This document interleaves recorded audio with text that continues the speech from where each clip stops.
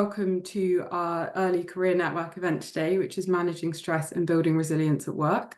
As I'm sure you know, this is a joint event between the Institution of Environmental Sciences and the Remediation Society, and it's been organised as part of our early career networks. So this workshop will be hosted by Lynsey Kitching from Cape Coaching and Development. And just to tell you a little bit about Lynsey, she's an ICF accredited coach and facilitator who's passionate about human-centered leadership. She has over 20 years of experience in leadership and management roles, meaning she really understands the challenges that businesses and managers are likely to face. She's passionate about supporting individuals to develop their skills, adding value to both their organisations and their own careers. And in today's workshop, Lynsey will share some key factors when building and maintaining resilience, as well as techniques that you can use when you're feeling stressed and under pressure. There will also be an opportunity to develop your own resilience template to take into your work and personal life. So thank you all again for logging in, and I will now hand over to Lynsey. Thank you, and thank you for that introduction. And yeah, lovely to be back with you. And as Amy said, this is your space to think about resilience, and I'm aware it's lunchtime, so a big part of being resilient is making sure you have time to eat and have that time separate from work. So if you are eating, having a sandwich, then please feel free to do so. But as Amy said, we'd love you to come on camera. This is very much an interactive discussion about resilience rather than just me talking at you and doing death by PowerPoint for the next 90 minutes. So I'd love you to share questions, comments in the chat, use the reaction buttons that Zoom has available. Let us know what's important for you and also what really resonates with you. And as Amy said, I spent a good 20 years in corporate roles. My background is as a chartered surveyor, so I worked in corporate property and in particular brownfield remediation. And so, really aligned with the work that a lot of you are doing there. And Naomi, my business partner, she was an engineer as well. Gas holders were our thing. So, get us started on the subject of gas holders, and yeah, we can probably keep you entertained for hours. So let's make a start. I'm just going to share some slides with you. So hopefully you'll be able to see those. And I can still see some of you on the screen as well, which is great. So we're together for 90 minutes. And as I said, I don't really want to be doing all the talking during that 90 minutes. So I'd love to hear from some of you. But what do we hope that you'll leave here with is being able to know what resilience really is, what it means, and then actually what matters when thinking about building it and maintaining it, either for yourself, but also for the people around you, whether that's because you line manage people now or you might in the future, but also in terms of the projects that you're part of too. And I'll be sharing some key techniques to help, as well as helping you sort of develop a little bit of a template there too. So let's get started. What is resilience? So to start off with, I'd really like you to, if you're able to, just put in the chat, what does resilience mean to you? What does it mean to you?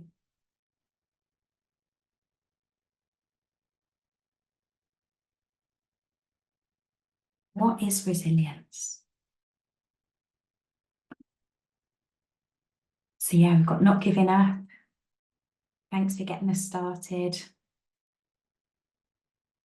Being able to cope with challenges, bouncing back, weathering the storm, coping with pressures.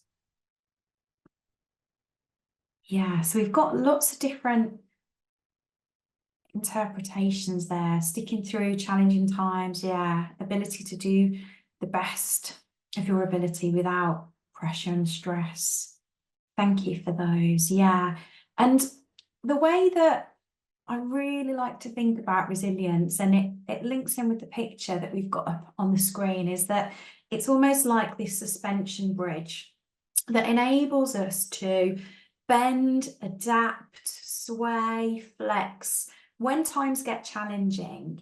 And perhaps even more so than that, really common belief that resilience is about coming back from something or bouncing back. Actually, how can resilience help us not fall over in the first place? So how can we really develop the tools, develop the physical and emotional resilience so that we can adapt and move and flex? And in the challenging world that we live in, we know that things are going to come at us, whether that's in our personal lives or our work lives, that we just can't predict and can't foresee. And probably, you know, a great example that everybody mentions here is about the pandemic, and that, you know, none of us really, unless we were epidemiologists, could even think about the likelihood of that. But actually, the people with resilience that was able to flex and adapt, and the organisations that had resilience, were the ones that, you know, were able to really be dynamic and move with that change. So this is a lovely quote which actually brings it all together.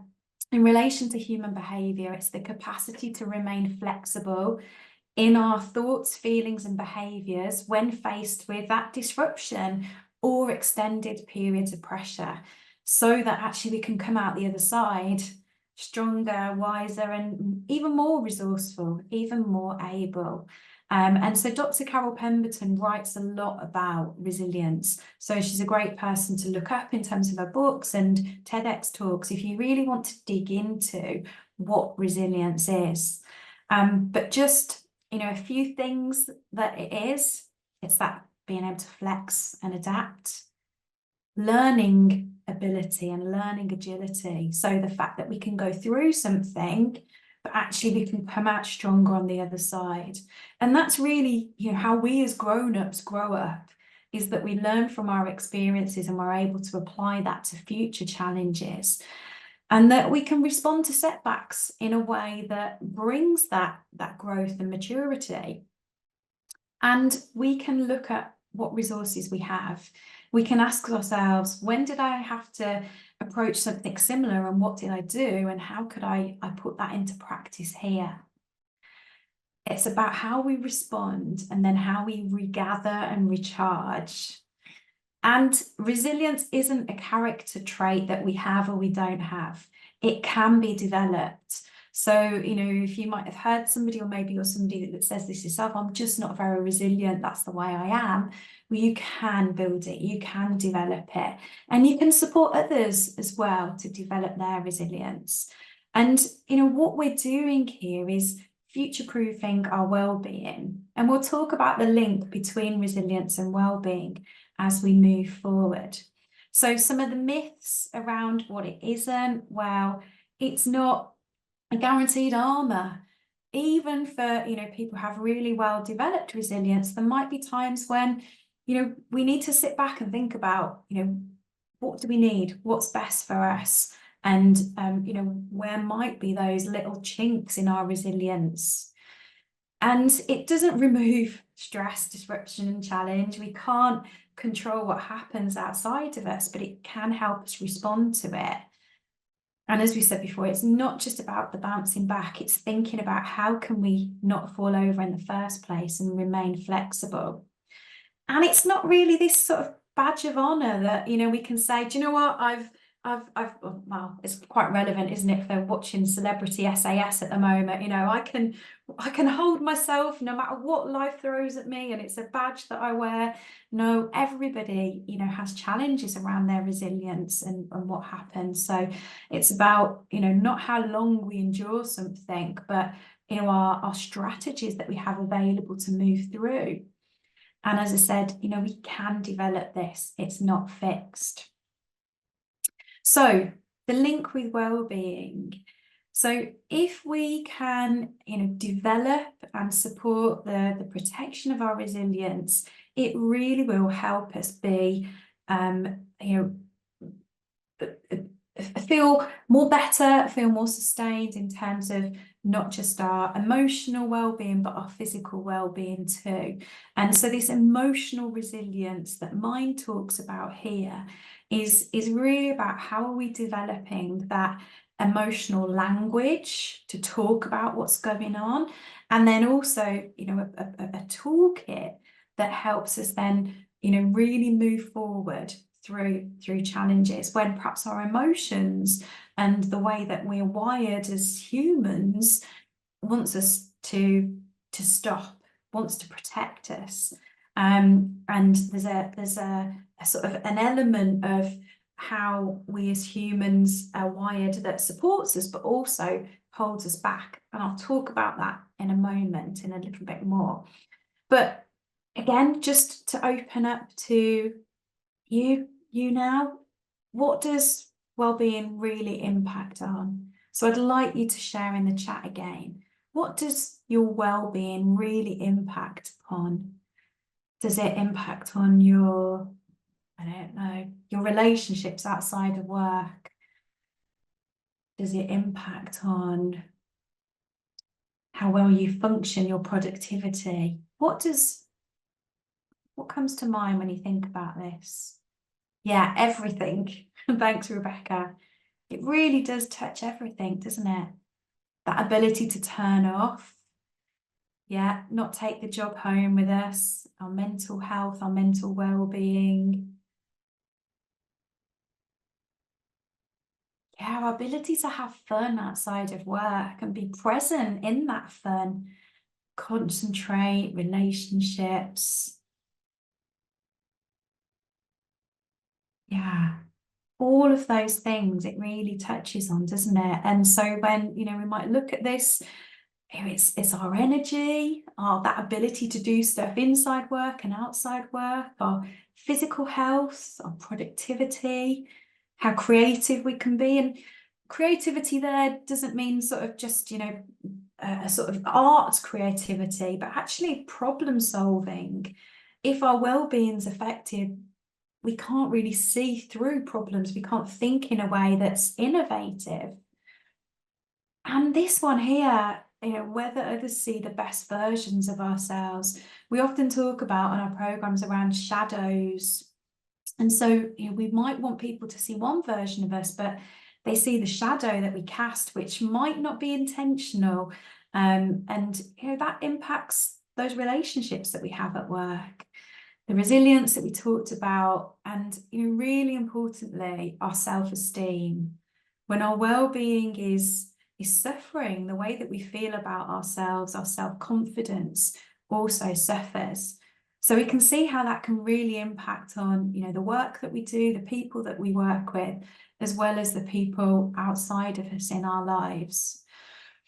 And so, I'm a great fan of using visuals to capture this. And so this Reservoir of Wellbeing by Robertson Cooper really does bring this to life. And for anybody who's done mental health first aid training, they talk about a bucket. But what we want to do is to think about actually how we can, keep our reservoir of well-being full.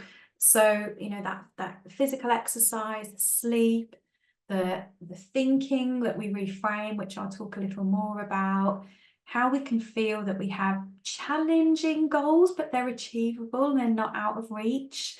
And that we are, building our learning as humans. It's really important that we grow. And also it's really important we've got that social support and connection.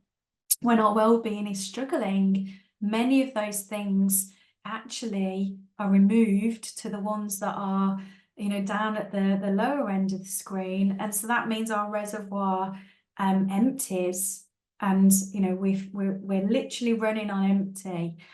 So uncertainty and change can impact us. That workload stress can impact us, and how we think about something, whether that's a distortion in our thinking rather than the reality. And a big part of this is our relationships with people. Falling out with somebody at home or at work can really put an impact on that well-being. So as you all said there, it touches on so many things.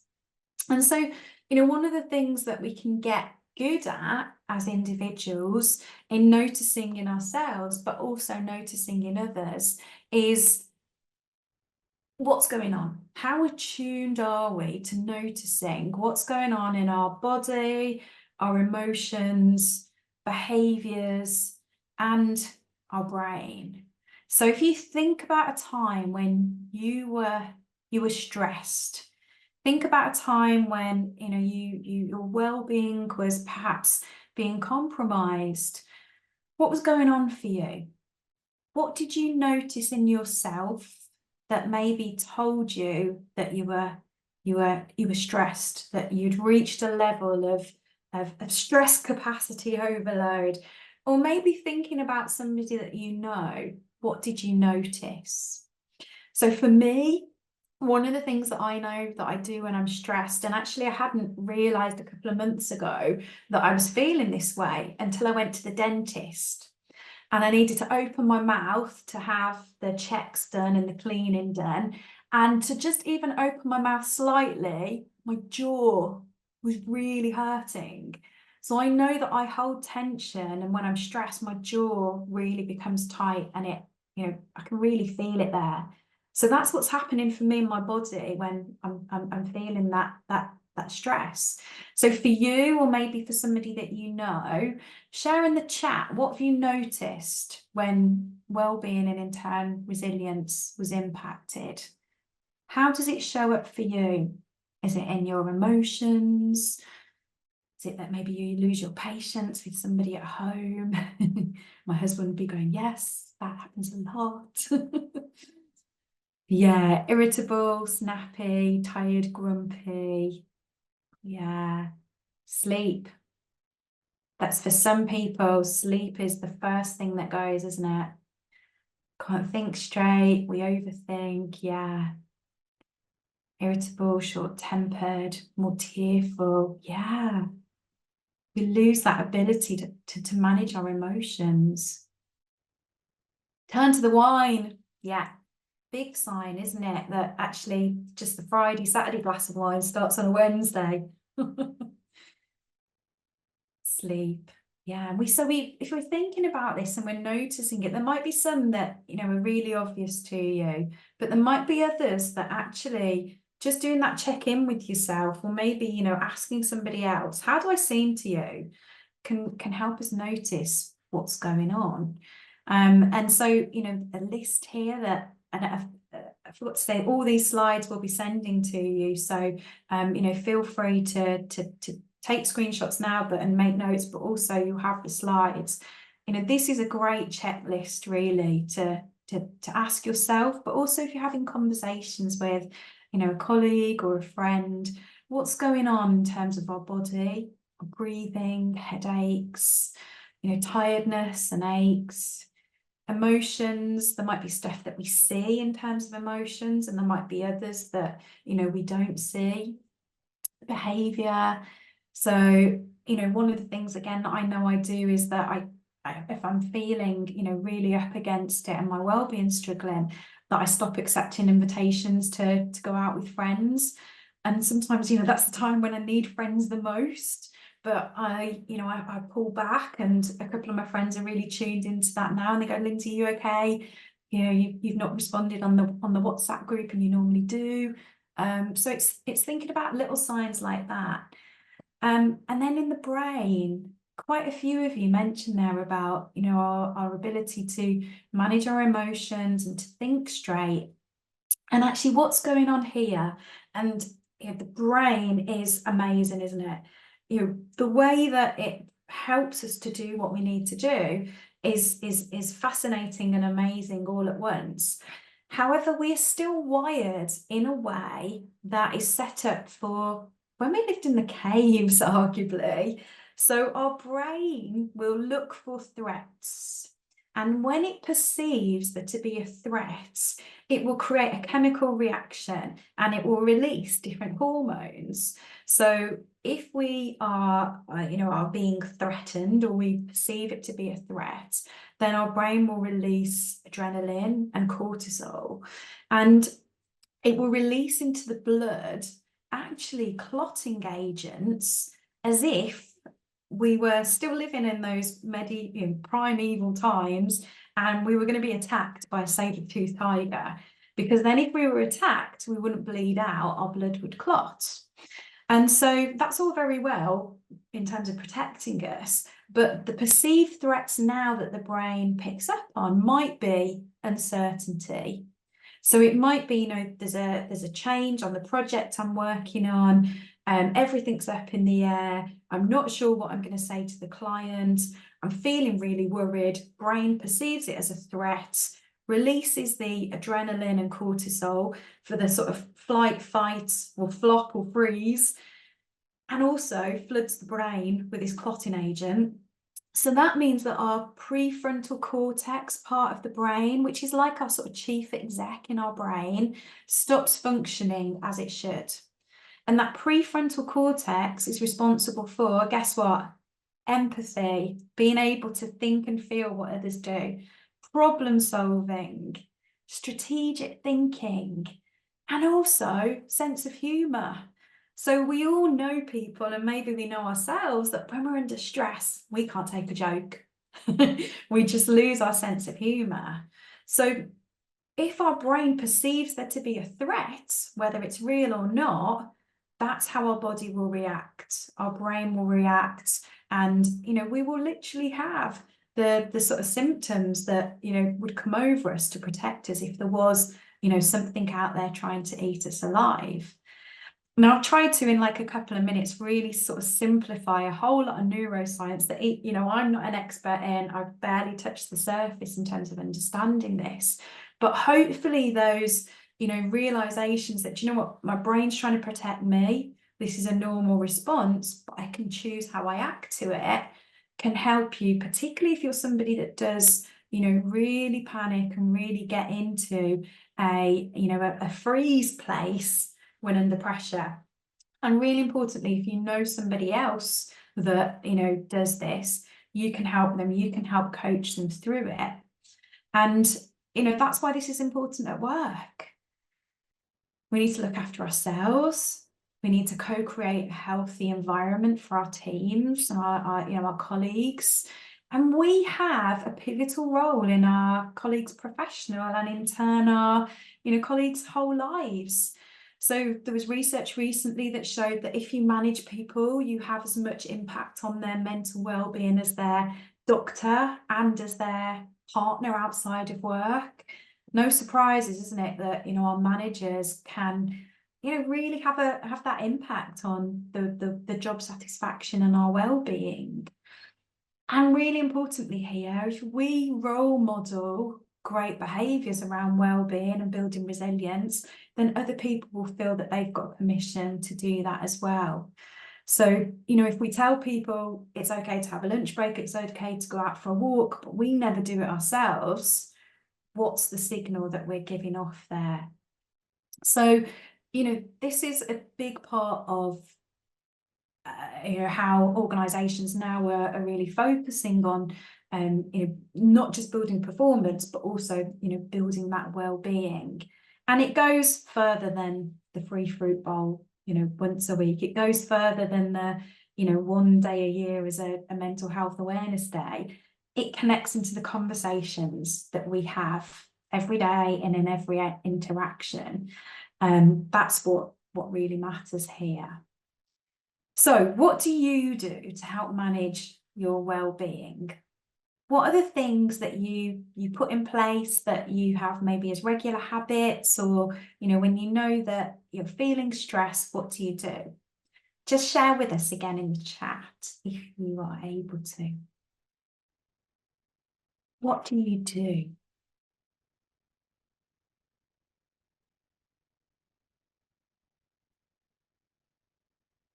Exercise, yeah, and chat to friends. That connection is really important. Exercise, actually, if we are moving the biggest muscles in our body when we're under stress, we're pumping more blood, we're pumping more oxygen. So we're getting that prefrontal cortex unflooded, and we're sending the good stuff. So yeah, regular exercise, moving those biggest muscles in the body are really important.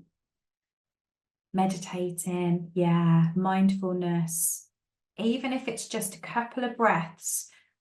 So often if I'm coaching somebody and they arrive at the coaching session and they're really overwhelmed, you can just do two breaths, which can really help. It's called the 7 and 11.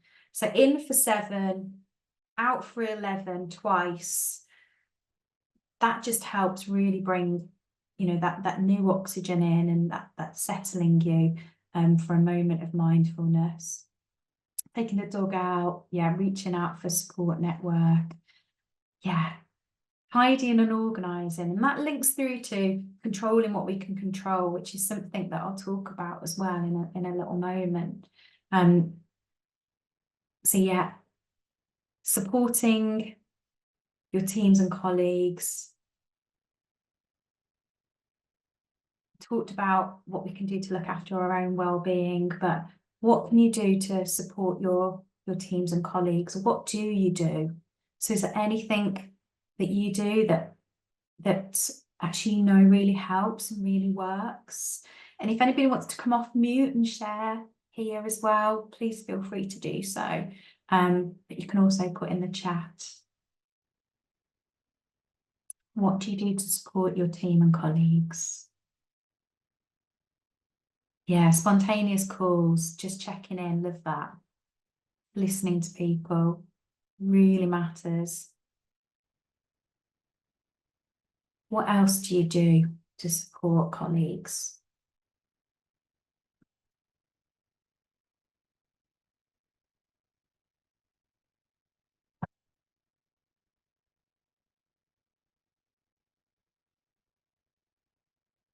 Yeah, safe space, allowing them to say what they need to, going for a coffee. And sometimes here it's not just about, you know, having to know the answers for people and having to, you know, be able to give advice. Sometimes we can just say, that must really feel hard, without, you know, having to feel like we need to fix it for people.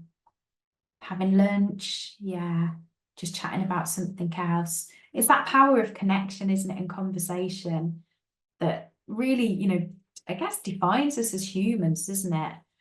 Validating people's feelings, saying, yeah, it's okay to feel angry. It's okay to feel upset.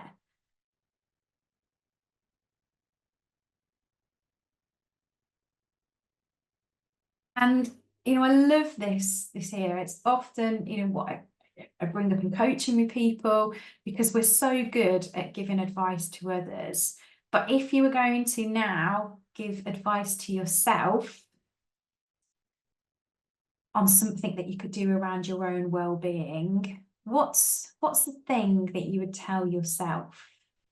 You know, sometimes myself and Naomi, you know, we coach other people all the time, and then it takes one of us to say, do you know what advice are you giving to other people that really you need to give to yourself? So sit in for this moment of sort of, you know, individual reflection. If you want to, you can share it in the chat. But if you don't, then don't worry, but just capture for you. What's the advice actually that you want to give yourself now, that you want to take forward?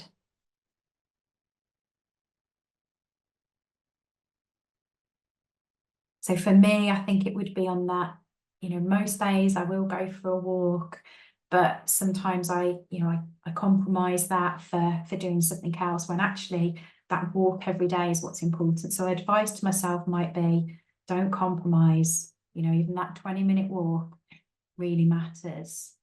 Put that, you know, as a priority. So just capture for you, what's that advice? We've got a couple through, so thank you for sharing those. Yeah. So I'm going to move on now to talk about 3 strategies that things that you can do, practical things that can help. And as with all of these, you know, these are things that you can do, but they're also things that you can share with the people around you. So we've got number 1, which is around thought distortions that we've just sort of signposted earlier. Number 2 is around controlling and influencing. And number 3 is about your personal effectiveness. Okay. So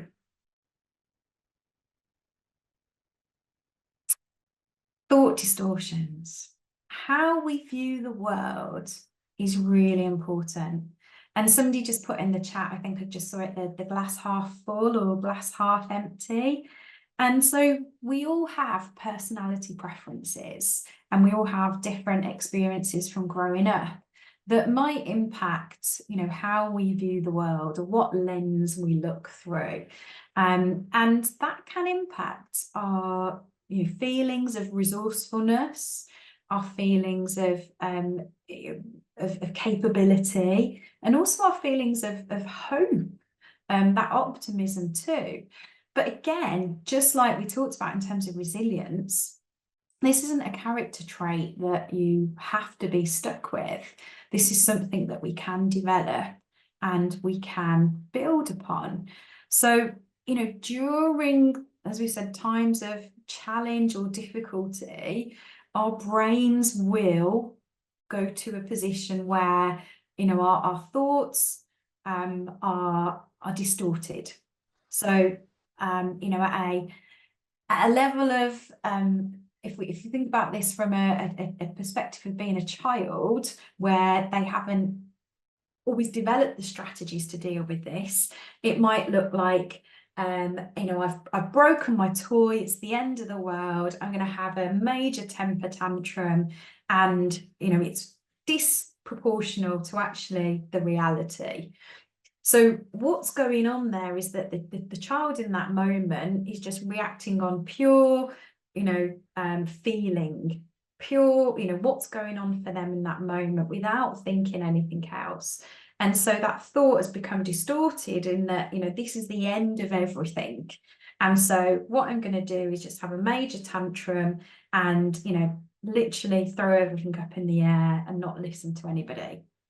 Now, that might sound a little familiar for some of you in a work context, for people you work with as well. Hopefully, it doesn't happen very often. But, as grown-ups, we still can have those responses when that, brain protection system really takes over. But that, impacts how we feel about ourselves, and it restricts the choices that we can make. So we might say, do you know what? This is the end of the world. I'm just going to give everything up. I'm going to, not, cooperate. I'm going to shut myself away. I'm going to disappear. I had somebody I worked with years ago who's in a very senior role, but when he, got to this point, he used to shout and swear, and he even, hung up the phone on me once, where, he'd had that primal reaction and just, was no, seeing it any other way. And then, that capacity and pressure then that, is happening, that impact upon our well-being, that impact upon our productivity, and really importantly, the impact upon our relationships with people is really, really impacted, really, significant. And as I said, hopefully these moments don't happen for you at that scale or for people that you work with that frequently. But you might notice them at a more lowered level. So this thought cycle can be really, really useful to put into practice for yourself or with others. So typically we have a thought, and that thought then gives us a feeling. So if we think about maybe, I'm anxious presenting, and I've got to go into a client meeting or even like a board meeting, and I've got to present. My thought is, I'm going to get it wrong. People are going to think that I'm stupid. I am going to, mess this up. So the feeling that you will have there is that, real anxious feeling, really stressed. Your body, probably is reacting as well. So we have the sweaty palms, and some people get a red rash come up their neck. And that's literally your body going, stay away, danger, I'm under threat. We get a dry mouth, so our saliva isn't producing. So that's all happening. And then, people would see in terms of our behaviours, we would either not go and do the presentation, or we'd be really stumbling over our speech, or we'd be really drawn in, and we wouldn't give the performance and have the impact that, you know, we know we could, and we know that we would want to. And so the results are, you know, that we haven't had some strategies in place. We've not been resilient to actually combat the thoughts and that experience, that challenge. So what we need to do is to get in early in this thought cycle. So, you know, what we're not saying is that we're never going to have these thoughts and feelings, because that's normal. That's our body and our brain doing what it needs to. But the time to intervene is between the feeling and our behaviours. So once we notice that we're anxious, once we notice that something's going on, is to actually, you know, look at, and there's a term for this when we think about cognitive behaviour therapy, which people might have experienced if they've had counselling, but the term is evidence-based thinking. So we need to bring evidence in this gap between feelings and behaviours to help give us choice. So in this example of doing the presentation, you know, things would be like, how many times has this happened before where, you know, I've really messed up and somebody's maybe shouted at me or said that I'm stupid? And the likelihood is that the number of times is very low, or, you know, most often it's never happened. Whereas when we look for the evidence to prove that we can do this, the likelihood is that there's more examples. And so we can continue to do this. We can look for what's the evidence that proves our feeling and what's the evidence that disproves it. And then we can take a far more rational approach to share with the brain to tell us how we want to behave and how we want to act, which gets us closer to the results that we really want. So it's a great exercise to do with you know, yourself, but also with people that you work with. It works brilliantly as well, you know, with young people that you might have in your lives, so that you can go from this catastrophic end of the world to actually the challenge here is probably not as bad as we once were perceiving it. So the thought cycle is a really helpful tool to have in your toolkit around, you know, building that resilience and not letting yourself become overwhelmed with things that, you know, our brain is perceiving. So, you know, again, this isn't about stopping negative thoughts. It's about creating more balance in your thinking and more choice. And, you know, if you do meditate, this is, you know, quite similar in terms of, you know, letting the thoughts come in, but actually deciding what you're going to do with them and releasing the ones that are not helpful. So here's a little flow that you can, again, if you want to, you can print this off or have it handy. So, you know, noticing it starts first, gently challenging it, thinking about the evidence, and then, you know, rinse and repeat, doing this over and over again. So when I'm coaching people who maybe are anxious about, for example, presenting, when we first start talking about this, they might say, you know, they're 9 out of 10, their anxiety is at that level. After doing this exercise and after then putting it into practice, that anxiety moves down and their confidence moves up. So, you know, you can put a number on how this feels, which can help you know then, you know, you're moving in the right direction. Has anybody come across this before and found it helpful and used it? If anybody's read The Chimp Paradox, there's some similarities here in terms of actually how do we program our brain to not just take our chimp, our monkey, our, you know, primal sort of reaction, but actually think about as a human, what do we want to do here and how can we, you know, give ourselves choice. So I'd like you to just independently now just think about a situation that maybe you're not responding to in the way that you want to. Inside work or outside of work, it's entirely up to you. Consider how your thinking might be distorted. What might be the evidence that you haven't seen here? And what evidence might be useful to see? Just think about that for a moment.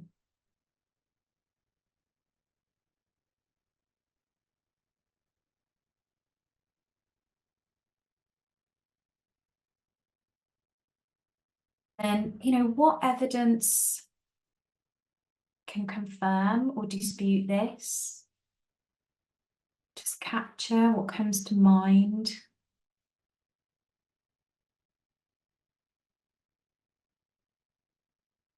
And really importantly here, what do you want to be saying to yourself instead? So what's quite common with people that I work with, similar to yourselves, that have got really technically strong backgrounds, is that often we stop ourselves from doing something because we need to know everything. And that pressure to know everything, that pressure to, be a perfectionist and to always get things, 110%, in terms of the detail, can really affect our well-being and our stress sometimes. So in what we might say to ourselves here, and sometimes the clients that I work with when we're coaching, is, what does 100% doing this look like, rather than 110%? And this isn't about lowering the bar, but what's a realistic bar in terms of how much you do need to know to perhaps present to this client, or to put forward what you want to say. What really is the level that you want to work with? And so what evidence tells you that that's enough, and that you don't have to over-engineer and overwork something, and therefore put more pressure on yourself. So hopefully that's helped you, with something that you've maybe got at the moment that's front of mind. But definitely encourage you to, play around with this and have a go at it, because it really can have the difference. And, thinking about that impact. So what's the impact of you actually challenging that and bringing new thinking? How do you like that as a tool? Is that something that you think is quite useful? Give me a thumbs up, or put in the chat if you think that's something that you can take away and put into practice. Fab. So strategy number 2. This is all about where you focus your energy. And we know during times of challenge that we want to fill the gaps, we want to remove uncertainty, we want to know all the answers again, but actually that's not always possible. So if we think about our where we might focus our energy during something that's stressful, we bring everything into this circle of concern. Everything becomes a problem, a challenge. And again, I'm going to use the example here because we all experienced it, and it's still quite relevant and recent in terms of the pandemic and COVID-19. At the start of it, we were bombarded with information and with lots of messaging, lots of uncertainty. And I know people that I was working with then were, overwhelmed. What can I do? How can I approach this? Where, what does this information mean to me? And they were watching them, they were listening to everything and thinking, what can I control? And this sort of, our circle of concern and their circle of concern at the time, it just felt overwhelming. And so that ability for us to have resilience was suffering, and the well-being of many people was suffering in terms of their mental, emotional well-being, alongside perhaps people who were experiencing the physical well-being challenges of actually the illness.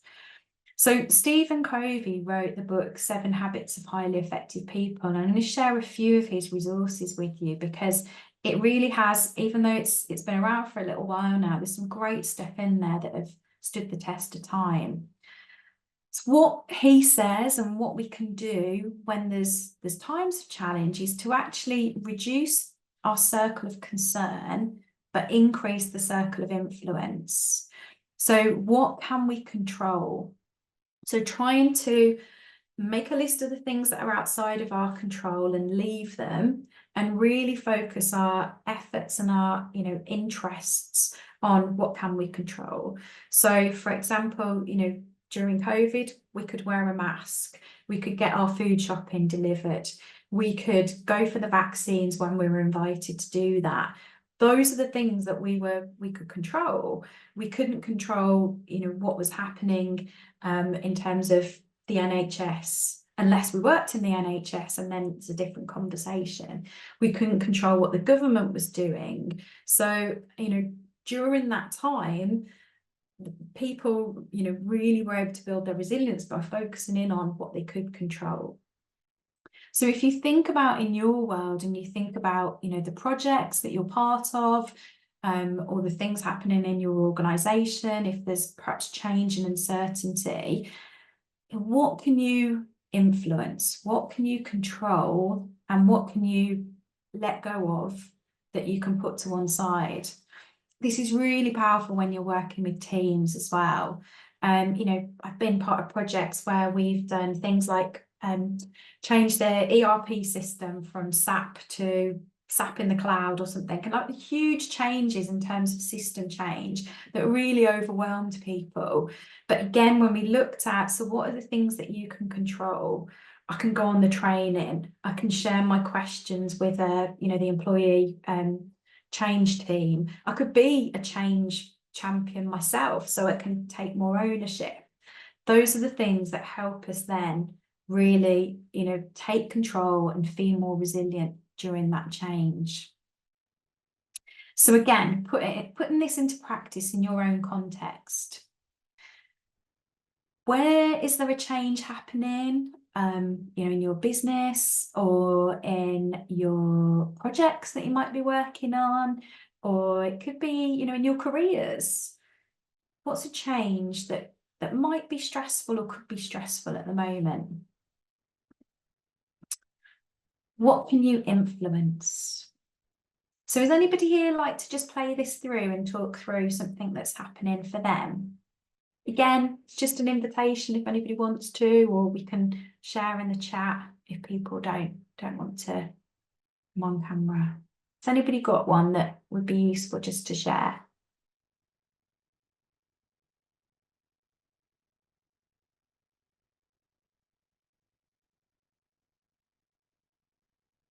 No worries, just hold it in your own mind then, thinking about, what can you influence within that situation? Is it about a client challenging fees? Is it about a scope that's creeped? What are the things that you can do? And what are the things can't you do? What do you need to let go of? What are the things you have no control of that you can just put to one side? We're not saying that they're not important, but you're able to just actually hold them separately. And then, what's helpful for you to take away from this? So if you were playing that exercise through in your mind, or if it's something that you're thinking about, that might be useful in the future, what could be helpful to take away from this? And again, for anybody that likes to, would like to share, put in the chat, what are you taking away? Is there something that you're letting go of here that you were holding on to really tightly before? Is this something that you've used before and actually you could use it again? Maybe you're thinking about a team that you work with. What are you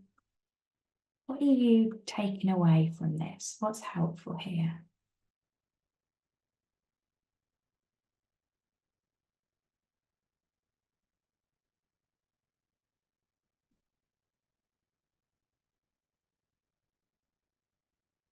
So yeah, we can't control other people's reactions, but we can control how we speak to them.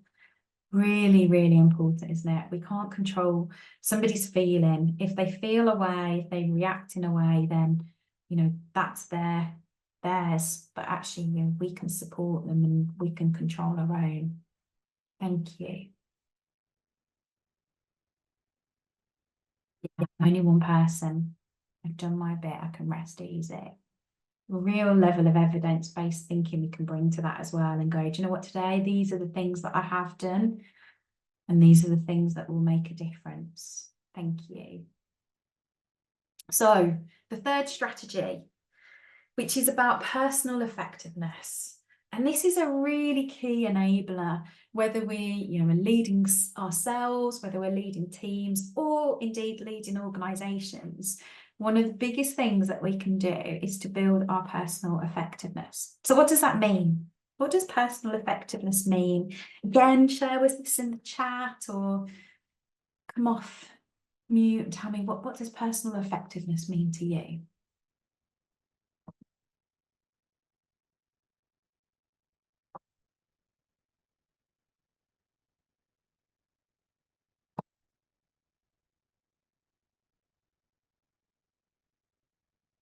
Impact on your team, yeah, doing the best you can.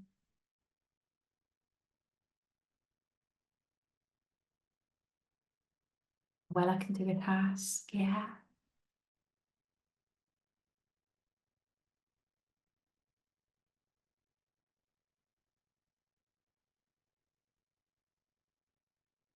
So it means that implementing strategies and being intentional, I guess, first of all, about are we being effective, helps us feel more in control of what we're doing. And that in turn helps us to see situations more positively, which impacts on everything else. So, what are we doing to, really be intentional about how we're working, what we're doing, knowing actually what stops us being effective, and actually what helps us to be effective. And again, we all arrive at this from different places based upon our, our personalities, our experiences, how we've developed levels of resourcefulness. And this, again, is something that we can all, really build as a muscle. It's not something that some people have and others don't. And it's how we feel about how effective we are too. So getting the best out of yourself, I think, as a couple of people have put on there, making use of all the resources you have to achieve work and life goals, how we manage ourselves. And I was just having a conversation earlier with a new client saying, oh, do you know what, is it relevant for doing, training like this if you don't manage people? I'm like, well, you've got to lead yourself. Got to manage yourself. And so some of the tools that we're talking about, you can't manage others if you've not actually understood how you motivate yourself, how you collaborate, how you connect to the work that you do and deliver great client experience and build great relationships. It all starts with your personal effectiveness. And, there's this distinction here about, being efficient and doing things right, but actually being effective and doing the right things. So a lot of people are busy doing, busy being efficient, but not necessarily, working on the right things.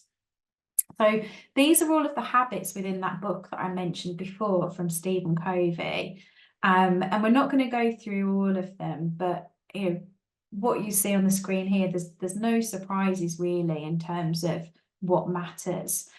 Being proactive goes sort of hand in hand with being positive, and that future focused and a level of can-do, growth mindset, being really clear on the end goals, working in ways that actually, you're prioritizing how you work.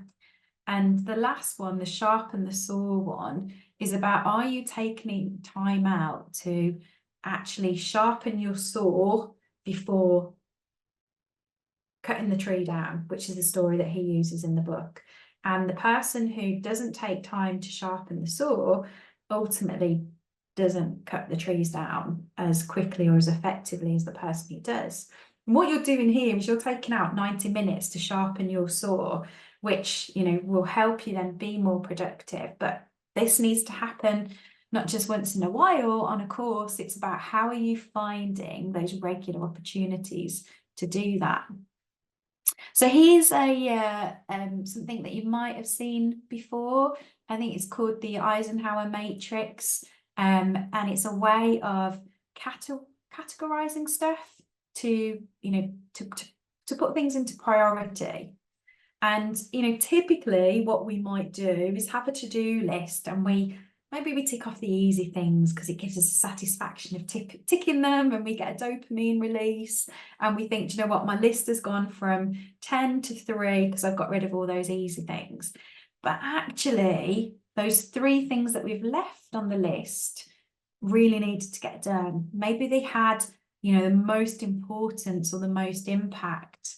So this is a great way of classifying your list of things to do, your list of priorities. And again, that might be as an individual or as a team.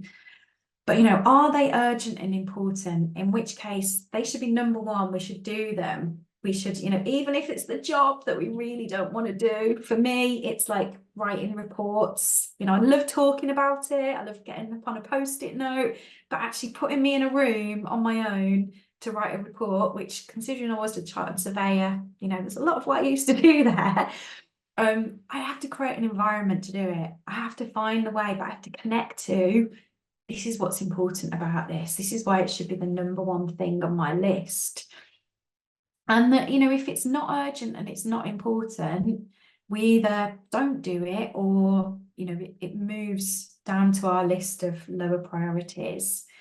If we have people that we can, work with, we can delegate to, then we should be. And then, planning for the stuff that's important and not urgent. So again, you can use this as a way of, if you're working with somebody, to talk it through, you can actually map it out and, use this as a way of prioritizing your to-do list. Anybody come across this before and use it and like it? Seen it before? And this is another one which I know organisations that actually have developed their business strategy on this basis. The jar of sand, or the glass jar theory. So many times when we look at the work that we do as individuals or as teams, we are filling our time with the pebbles and the sand. And then we're trying to, cram in the most important things within the time and the space that we have, or the resources. So what Covey talks about here is identifying what are the big important tasks, the big rocks that have to happen. And, if it was allocating time in your diary to do these as the priority, rather than trying to fit them in. And what I hear, a lot of clients doing, that they share with me in coaching, is like, I'm working on the strategy at home in an evening because I'm doing my firefighting during the day and doing all the other stuff. So how can we, be sure of making and allocating time for the rocks so that the sand and the pebbles then fill around it? So it's another great way of bringing to conversations, what are the big rocks we're focusing in on here? What are the rocks that are missing, and how can we ensure that we're doing this? Okay, how are we doing? Good. Thinking about then bringing together a bit of a template for you to take away. When we think about the practical ideas that we can capture, and this is going back to Dr. Carol Pemberton that I showed the quote from at the start. She says that actually, our resilience template should have, and whether we write this down or whether this is something that we remember, we should be able to identify our skills, our capabilities, our resources, the things that we know that we have, our strengths. So, are we great at problem solving?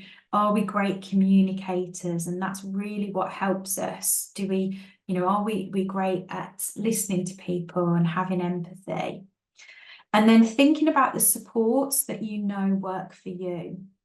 So, you shared some of these before, whether that's exercise or friends, or it's your faith or spirituality, what are the supports? And then the strategies.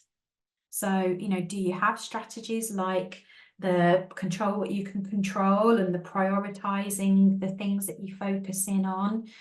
Do you do things like switch off your phone when you really needed to do some deep thinking or have some time away? Do you do your best thinking when you go for a run or for a walk? And then the last one, which is sagacity, is about actually, what can you come back to as something that inspires you or that, gives you wisdom or insight that you can hold on to. So some examples here. So for skills, this is Naomi's, my business partner. So she says, she has the ability to reframe her thinking to be more positive. She's creative and can come at problems from lots of different angles. She's outcome focused and can break down a problem into tangible steps. Her supports are up there that matter. The strategies, so, she does the hardest thing she has to do first in the day to get it done. And then, there's some stuff there around, inspiration, a picture of kids, picture of her kids, not just random kids, and remembering, whatever happens today, a more balanced outlook helps me to be at my best for them. So thinking about for you, what might be your skills, supports, and strategies? Just take some time now just to make some notes for you. What would you put in your resilience template? And you can draw it out. You can just make a list, but just capture in these few minutes what works for you. And so what we'd like to give you the opportunity to do now, because this is a network, you are part of a community, and so what's really important are those connections to each other and supporting each other in terms of obviously your professional development, but also you as development as individuals and in terms of your careers. So I'm going to invite you to go into some breakout rooms just for 10 minutes to just chat this through with 3 or 4 people. And I know what sometimes happens on these large group ones is that we go, oh, I don't want to be in a breakout room, I'm going to leave now and disappear and say thank you very much. But I'd really encourage you to think about the value that you might get now through saying out loud to somebody, this is what I'm going to do.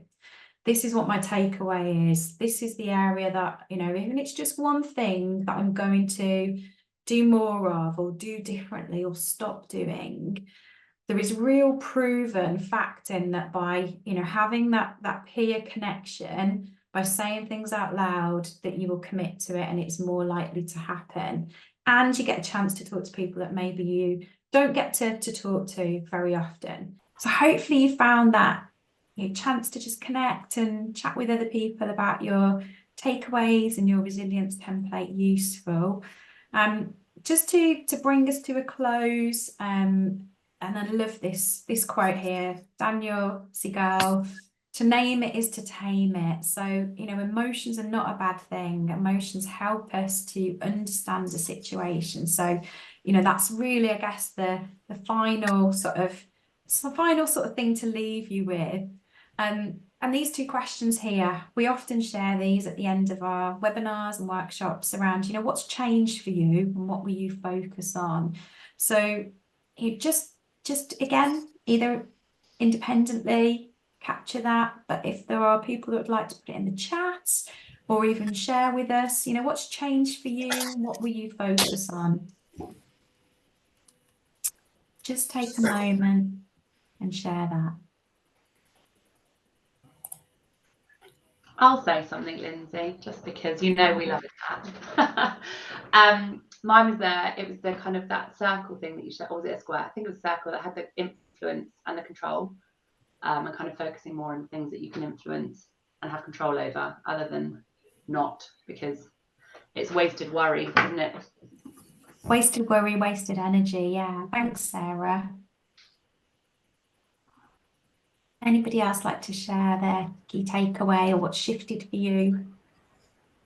One thing I quite like, is the sharpening the saw analogy, because I have a tendency just to run into it. I give them a thing. I don't really think about it. I just give them the task, just headbutt it, go straight into it. So I think quite like the thing, just taking a pause, thinking about it, and then, headbutting it. Yeah, brilliant. Thanks, Danny. Any others? Yeah, that was actually something we discussed as well. More kind of, instead of just going straight into the day, actually taking the time before you start just to work through what you've got and almost form a plan going forward. Yeah, that's it. Taking that moment to pause just helps you then, be more effective, doesn't it? Rather than just jumping in. Also, that split, being mindful of that split between recognizing emotion before action, because that's quite often you get that emotional hit, and if you act straight on it, sometimes it can be maybe less beneficial than if you took 5 minutes and came back later. Yeah, the thought cycle. So just creating a pause in that thought cycle and saying, is it going to be most helpful what I'm doing here? Yeah. Thank you all. So, we work with people in lots of different ways. We work with people managers, we work with teams, we work with individuals.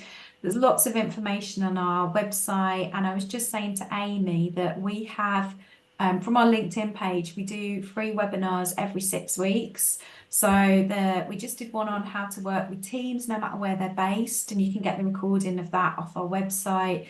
Our next one is on working with change and uncertainty, and then December is about how to work with people that think differently to you. So it's all about neuro inclusion and how to, have help neurodivergent people, really have great impact. So always looking for new topics as well. And if anybody wants to speak and have a chat with us, then we're always looking for people to take part as well.